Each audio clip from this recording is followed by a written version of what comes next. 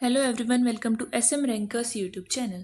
तो आज हम करेंगे क्लास 10th आर्टिफिशियल इंटेलिजेंस, जिसका कोड है 417, उसकी यूनिट 6 एनएलपी का पार्ट 2।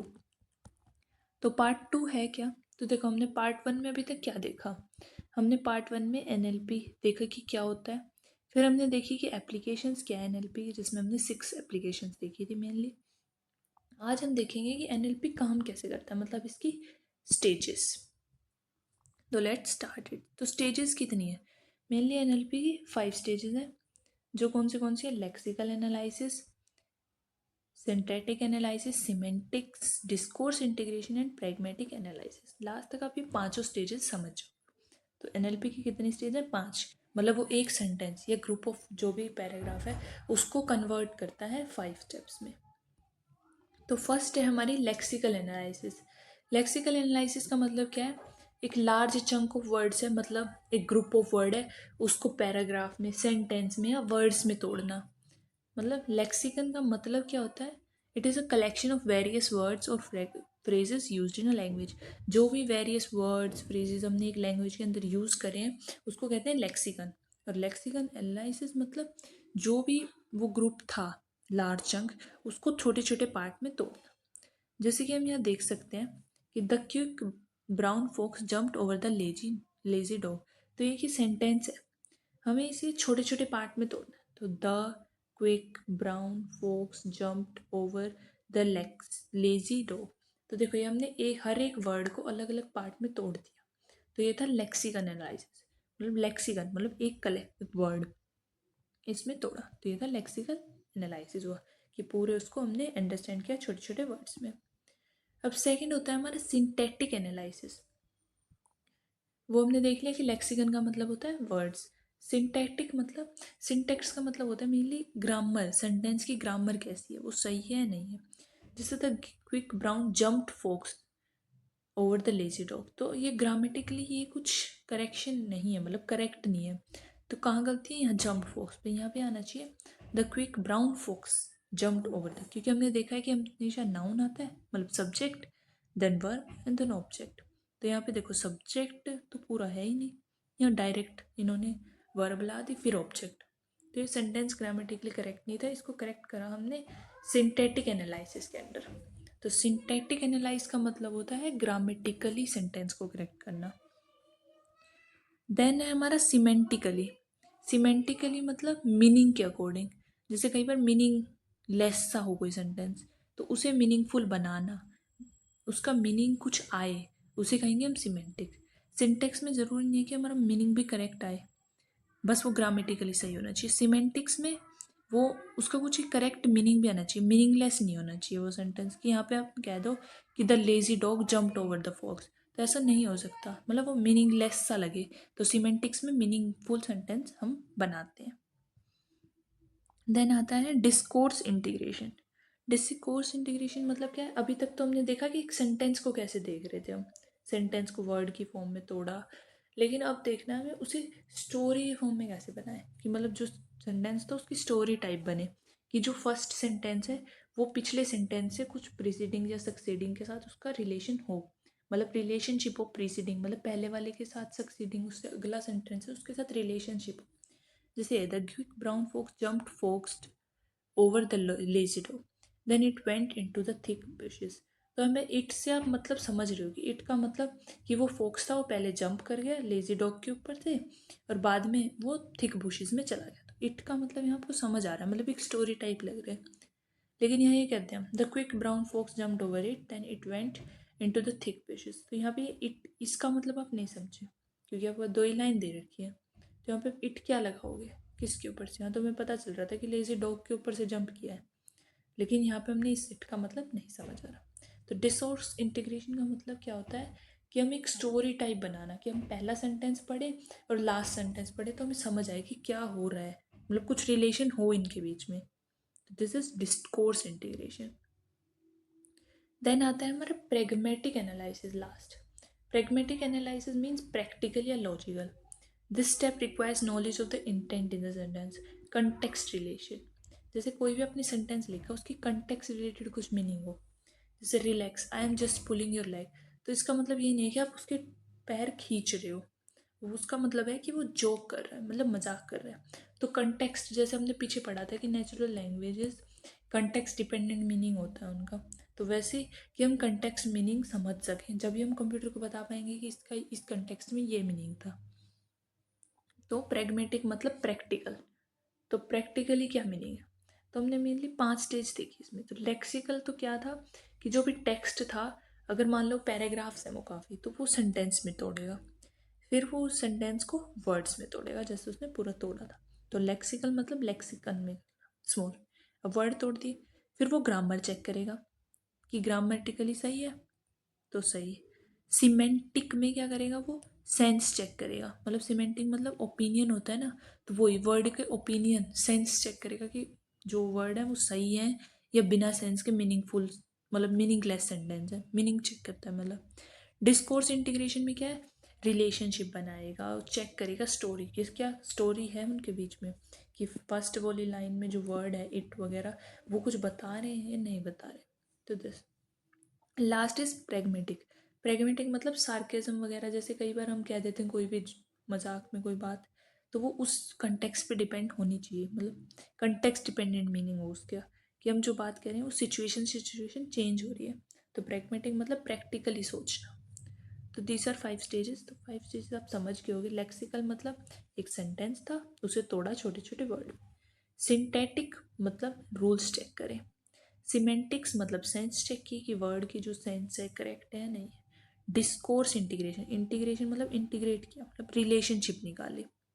प्रैग्मेटिक मतलब प्रैक्टिकली, प्रैक्टिकली सोचा कि उसका मीनिंग क्या होगा, कंटेक्स्ट डिपेंडेंट। तो दीज आर 5 स्टेजेस जो एनएलपी यूज़ करता है। तो अभी तक हमने देखा कि 5 स्टेजेस कौन से हैं। अब हम देखते हैं चैटबॉट क्या होता है। तो चैटबॉट भी एक ऐसी एप्लीकेशन है जो मतलब एनएलपी यूज़ करता है। NLP की एप्लीकेशन टाइप है।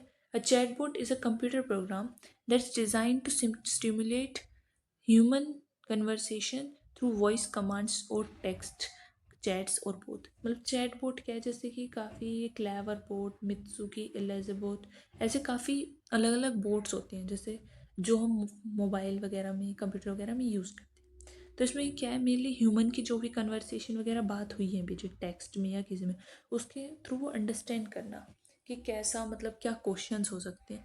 जैसे चैट जीपीटी टाइप है, तो वो भी आपके आंसर्स करता है क्वेश्चन के, तो वो बोट ही है। तो it can answer questions and troubleshoot customer program. जैसे कई बार हमारे किसी भी फ्लिपकार्ट वगैरह पे आपने कस्टमर कंप्लेंट करी, तो जो वहाँ पे रिस्पॉन्स करने वाले होते हैं वो कस्टमर कंप्यूटर टाइप होता है, वो कंप्यूटर प्रोग्राम होता है कि आप उसमें वो फिक्स क्वेश्चन डालोगे तो आपको एक फिक्स्ड आंसर आएगा। तो वो फिक्स्ड ऑप्शन से देता है। कई बार बैंक बैलेंस चेक करना हो व्हाट्सअप वगैरह की सर्विसेज के थ्रू, तो वहाँ पे भी पोर्ट वगैरह यूज़ होते हैं, फिक्स्ड ऑप्शन से देता है, आपको उनमें से सिलेक्ट करना है और फिर वो आंसर कर सकता है आपके क्वेश्चन को। तो चैटबॉट मतलब जो आपके पीछे की कन्वर्सेशन वगैरह उन्हें एनालाइज करेगा, टेक्स्ट को, चैट को, और फिर आंसर करेगा जो भी आप क्वेश्चन पूछ रहे हो। इसके एग्जाम्पल है एलिजाबोट, मित्सुकी, क्लेवर बोट, सिंगटेल। ये कुछ एग्जाम्पल है, याद करना। देन है, इसके 2 टाइप होते हैं, ये आपके शॉर्ट क्वेश्चन टाइप में आ सकते हैं कि चैटबॉट होता क्या है, उसके टाइप। तो उसकी 2 टाइप है, स्क्रिप्ट बोट, स्मार्ट बोट। तो स्क्रिप्ट बोट और स्मार्ट बोट हम देखते हैं क्या होता है। तो स्क्रिप्ट बोट मतलब इजी टू मेक है। इसका मेनली क्या है कि स्क्रिप्ट के अराउंड काम करेगा, कि ये स्क्रिप्ट है तो मतलब इसमें फिक्स्ड क्वेश्चन होते हैं। जैसे कि how may I help you, तो उसमें ऑप्शन आएगा कि आपको बैंक स्टेट, जैसे आपने कस्टमर कंप्लेंट करनी है किसी चीज़ की, तो आपने किस से रिलेटेड कस्टमर कंप्लेंट है, तो कस्टमर से बात करनी है आपको। सिम वगैरह में भी कई बार होता है फिक्स्ड से ऑप्शन, तो वो तो होता है स्क्रिप्टेड है वो। स्मार्ट बोर्ड क्या है, वो फ्लेक्सिबल है, वो काफ़ी बिगर बिगर ड्राफ्ट, मतलब स्मार्ट है वो, मतलब कोई भी आप क्वेश्चन दोगे उसका आंसर वो दे सकता है। तो स्क्रिप्ट और स्मार्ट के बीच में यही फ़र्क है कि स्क्रिप्टेड क्या है, इजी टू मेक है, लेकिन और ये स्क्रिप्ट जो भी आप दोगे उस पर काम करेगा, प्रोग्राम पे। ये फ्री है, mostly they are free and easy to integrate into a messaging platform. तो मैसेजिंग प्लेटफॉर्म मतलब वो आएगा ही क्वेश्चन, आपको उसमें सिलेक्ट करना है कि क्या ऑप्शन है। Know little language processing skills, मतलब इसमें कोई लैंग्वेज प्रोसेसिंग स्किल होती नहीं है, वो फिक्स्ड से ऑप्शंस होते हैं, उनके अलावा आप कुछ डाल नहीं सकते।